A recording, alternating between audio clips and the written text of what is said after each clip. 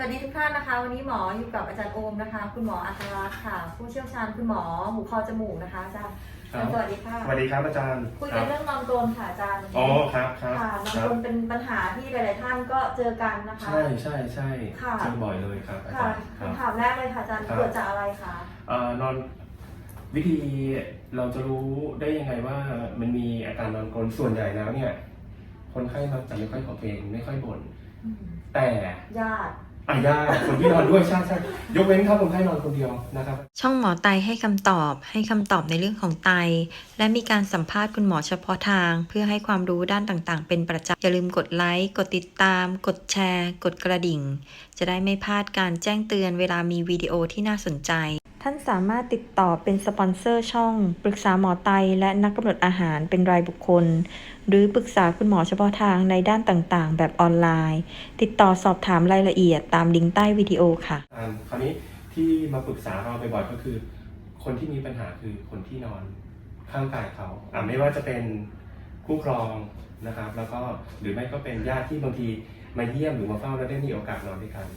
นะครับคราวนี้การนอนกรนเนี่ยมันเกิดจากทางเดินหายใจส่วนบนครับจริงๆเรานับตั้งแต่จมูก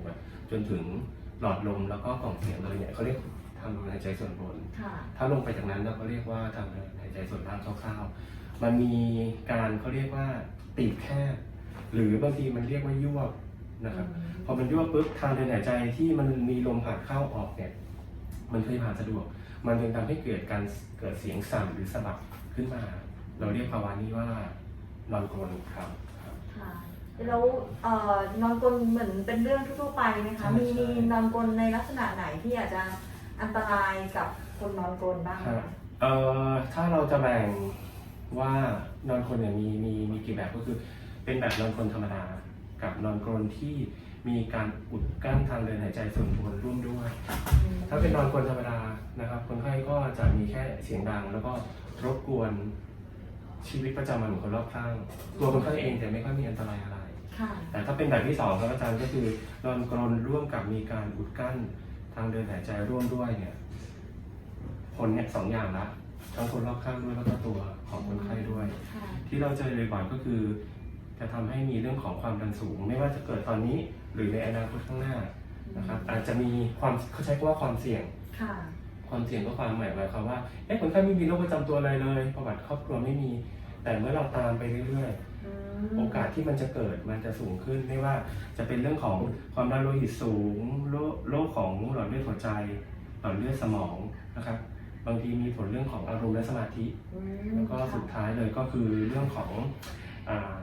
สมรรถภาพทางเพศนะครับอันนี้คือผลต่อคนไข้โดยตรงคราวนี้ผลโดยอ้อมก็คือมันจะเป็นเขาเรียกว่าความสัมพันธ์ของคู่ครองครับซึ่งฟังดูเหมือนน้อยแต่กลับเป็นปัญหาหลักๆของหลายๆคู่เพราะว่าการนอนเนี่ยถ้ามันนอนไม่พอแล้วอารมณ์มันฉุนเฉียวแล้วก็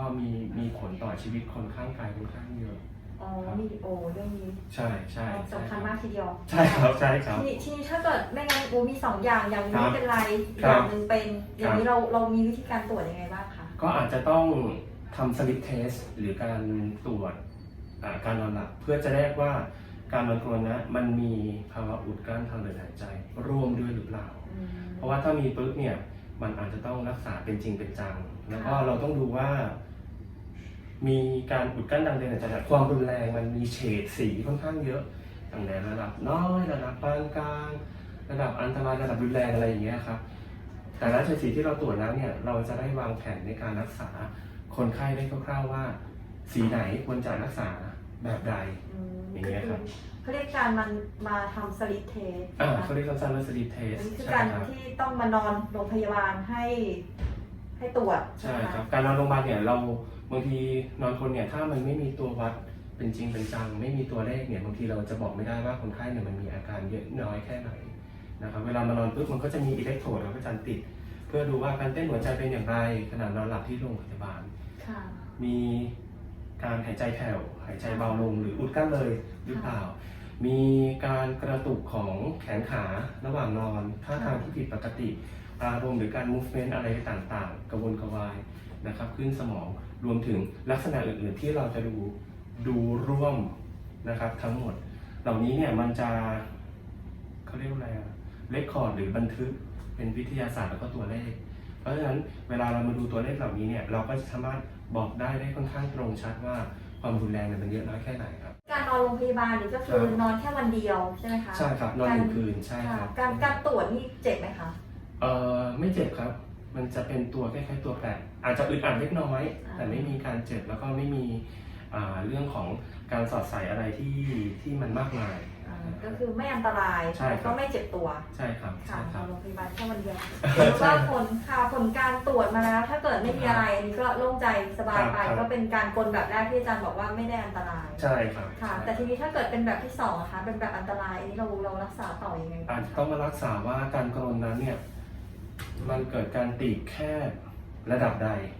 สองตีบแคบนั้นรุนแรงแค่ไหนนะครับ เพราะฉะนั้นแผนการรักษาเนี่ยคร่าวๆเลยเราก็จะมีเรื่องแต่การถ้าเราเห็นว่าจุดผ่าตัดอยู่ในเลเวลไหนเนี่ย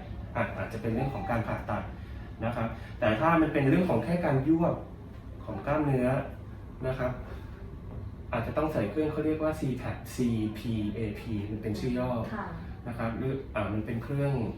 แรงอัดอากาศแรงดันบวกนะครับมันก็จะทำให้กล้ามเนื้อที่มันยวบในระหว่างนอนเนี่ยบางทีกล้ามเนื้อมันคลายตัวใช่ไหมครับมันถ่างขึ้น ค่ะ นะครับอันนี้ก็ต้องใส่เฉพาะตอนนอนนะครับใส่เฉพาะตอนนอนอาจจะอึดอัดนิดหน่อยแต่ว่ามีการปรับตัวเริ่มได้ หรืออันอื่นก็คือถ้ามีปัญหาเรื่องกับการสบฟันนะครับไม่ดีนะครับหรือ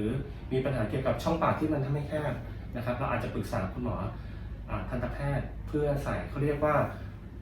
อุปกรณ์ในช่องปากเพื่อทำให้ทางเดินช่องปากเนี่ยมันไม่ยวบแล้วก็เปิดมากขึ้น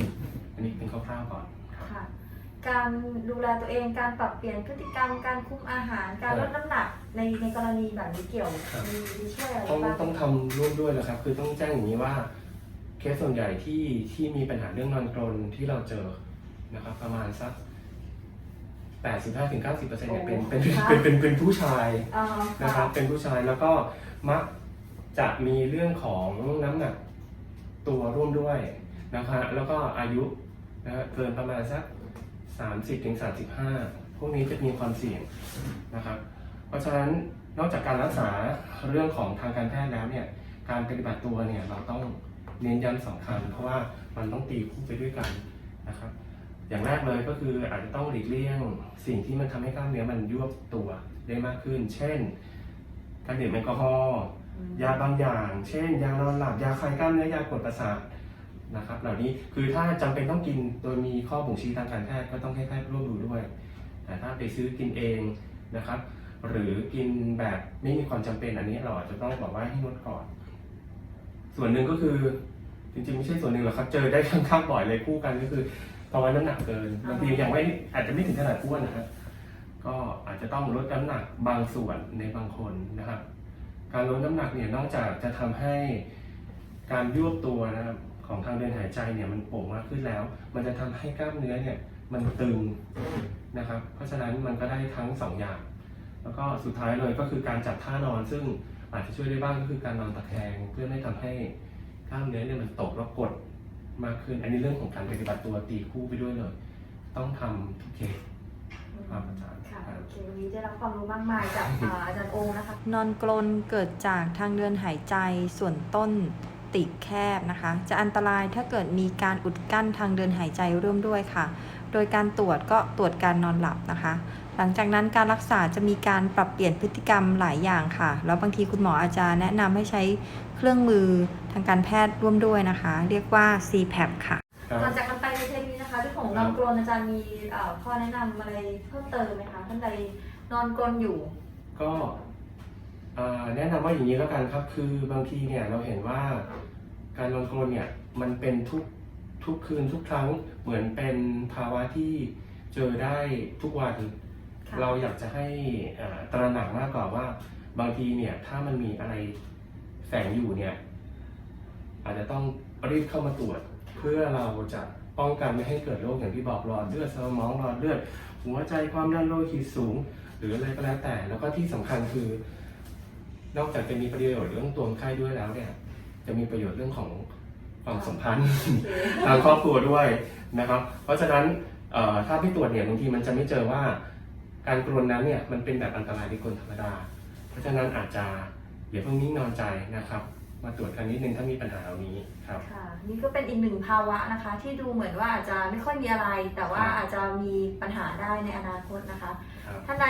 ต้องการติดต่อสอบถามนะคะเดี๋ยวหมอใส่ลิงก์ไว้ใต้วิดีโอนะคะ แล้วก็อาจารย์องค์เป็นคุณหมอหูคอจมูกนะคะ ท่านใดมีคำถามในลักษณะนี้นะคะเกี่ยวกับหูคอจมูกค่ะ สามารถใส่คำถามไว้ใต้วิดีโอ